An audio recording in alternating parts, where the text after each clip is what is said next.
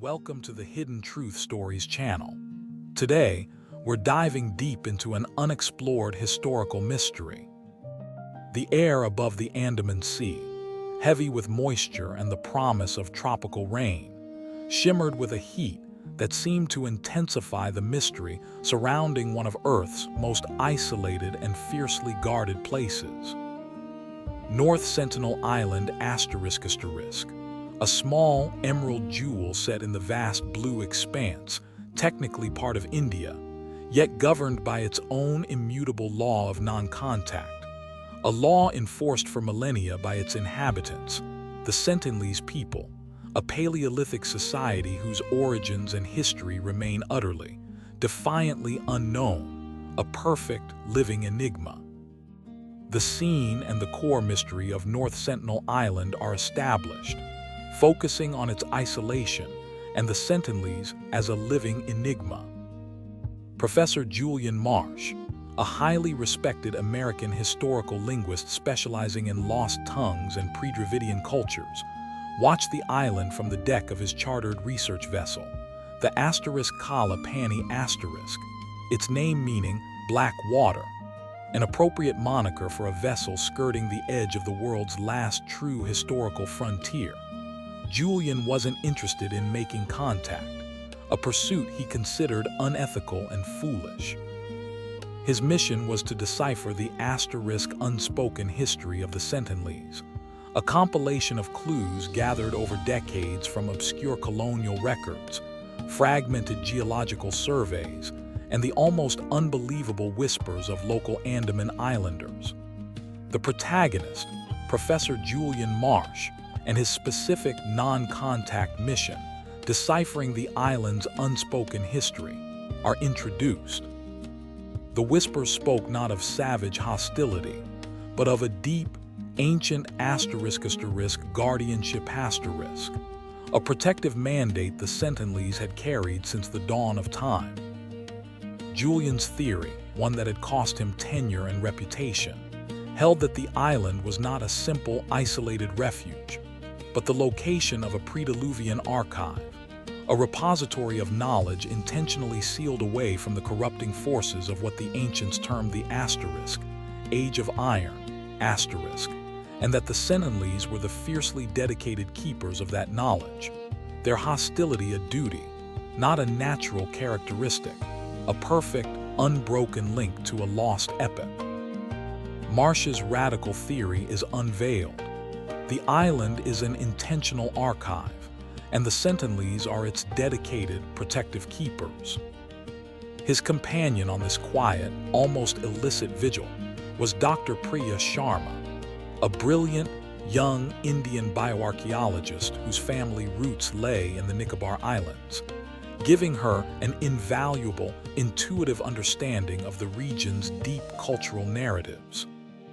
Priya was tracking an anomaly in the island's tidal patterns, an unexplained, subtle harmonic resonance detected by deep-sea seismic buoys placed far outside the exclusion zone, a resonance that defied natural explanation and seemed to pulse rhythmically, suggesting a massive, subterranean, man-made structure interacting with the sea's immense energy. The second character, Dr. Priya Sharma, is introduced, and her discovery of a major seismic anomaly beneath the island, a subtle rhythmic pulse, is highlighted. She held a specialized sonar tablet, its screen displaying shimmering, colorful heat maps that contoured the island's hidden topography, revealing not the expected simple bedrock, but a complex, geometric network of structures running beneath the densely forested interior, structures whose scale suggested a feat of engineering far surpassing anything attributed to a hunter-gatherer society. Specifically, a massive, submerged **ring structure encircling the island, stabilizing its shoreline against millennia of erosion, the silent, undeniable proof of a lost civilization beneath the impenetrable jungle canopy. The site of the jagged, pristine shoreline, famous for the aggressive reception given to any visitor, now took on a terrifying new dimension for Julian. The arrows weren't just protecting a people. They were protecting a **vault*, a historical time capsule whose secret mechanism was clearly still operational, subtly harnessing the kinetic energy of the Indian Ocean itself. Priya's sonar confirms a colossal, submerged geometric structure, reinterpreting the island as a technologically protected vault. Julian returned to the historical clues, focusing on the story of the 1880 colonial landing **, a disastrous but meticulously documented attempt by the British Royal Navy to civilize the islanders, an event usually cited for its cruelty, but which Julian interpreted for its strange, almost unbelievable details. The original journals recorded that the landing party, after capturing a few individuals, noted that the small interior clearing they reached was dominated by a colossal, highly stylized **T-shaped monolith **, not unlike those later found at Göbekli Tepe, thousands of miles away, whose material was described as dark, glassy, and cold to the touch, humming faintly, and upon which was etched a single, intricate ** spiral glyph that colonial scholars dismissed as primitive art. The narrative shifts back to historical evidence, the 1880 landing and the key discovery of a humming T-monolith bearing a crucial spiral glyph. Julian believed this spiral was the key, the symbol of the archive, the signature of the pre-Diluvian builders. He connected this glyph to similar spirals found only in the most obscure Polynesian and South American mythologies, all linked to legends of a great, global civilization that flourished during the Ice Age before being swept away by the melting glaciers, suggesting that North Sentinel Island was not merely isolated, but a deliberately preserved **global nodal point**, a hidden terminal left active by the survivors of the ancient cataclysm. Priya, watching the sonar, saw the geometric network beneath the island's center suddenly pulse with greater intensity, responding, almost sympathetically, to the historical memory Julian was invoking, the island's energy field momentarily strengthening. The spiral glyph is linked to global pre-Diluvian myths, strengthening the nodal point theory, and the island's energy reacts visibly on the sonar. The confluence of the historical text and the active seismic data was too compelling to ignore. They weren't dealing with simple anthropological isolation. They were observing a functioning, millennia-old * security system. Julian, rejecting any notion of landing, instead proposed a dangerous, highly speculative acoustic experiment. To transmit a precise ** harmonic frequency, known from the deep structure of certain ancient Sanskrit and Tamil texts, frequencies Julian believed were the remnants of the global language of the builders, a language designed to interact directly with crystalline structures, a potential key to the Sentinelese system. The focus shifts to an active countermeasure. Julian proposes a risky acoustic experiment using ancient harmonic frequencies as a potential passphrase key. He had a deep belief that if the Sentinelese were truly ** guardians *, their hostility would be instantly revoked if the right passphrase, the proper historical identifier, was presented, a recognition code woven into the very fabric of the language they were protecting. Priya, despite her unease about interfering with the island's profound stillness, calibrated the vessel's low-frequency acoustic array, setting the generators to emit a specific, non-audible wave pattern based on the mathematical ratios embedded in the T-monolith's spiral glyph. As the * Kalapani drifted just outside the visual range of the shore, the generators whined, sending a deep, resonant tone vibrating through the black water, a sound felt more than heard, a primal hum that penetrated the dense ocean depths and struck the immense, submerged ring structure encircling the island. The acoustic key is prepared and deployed, sending a deep, resonant hum to the submerged security structure. The reaction was immediate and profound. The sea surface around the island, already shimmering, began to smooth out unnaturally, the waves ceasing their chop and rolling into glassy swells, exactly like the inexplicable asterisk silencing of the sea asterisk recorded in the chronometer mystery Julian had studied, a clear sign that the localized physics of the island were being rapidly and drastically altered. On the sonar tablet, the pulsing rhythmic energy beneath the island reached a screaming intensity, and the intricate geometric network, previously static, began to slowly rotate, like the massive gears of a colossal, subterranean clock. The activation begins, marked by the unnatural silencing of the sea and the subterranean geometric network starting to rotate.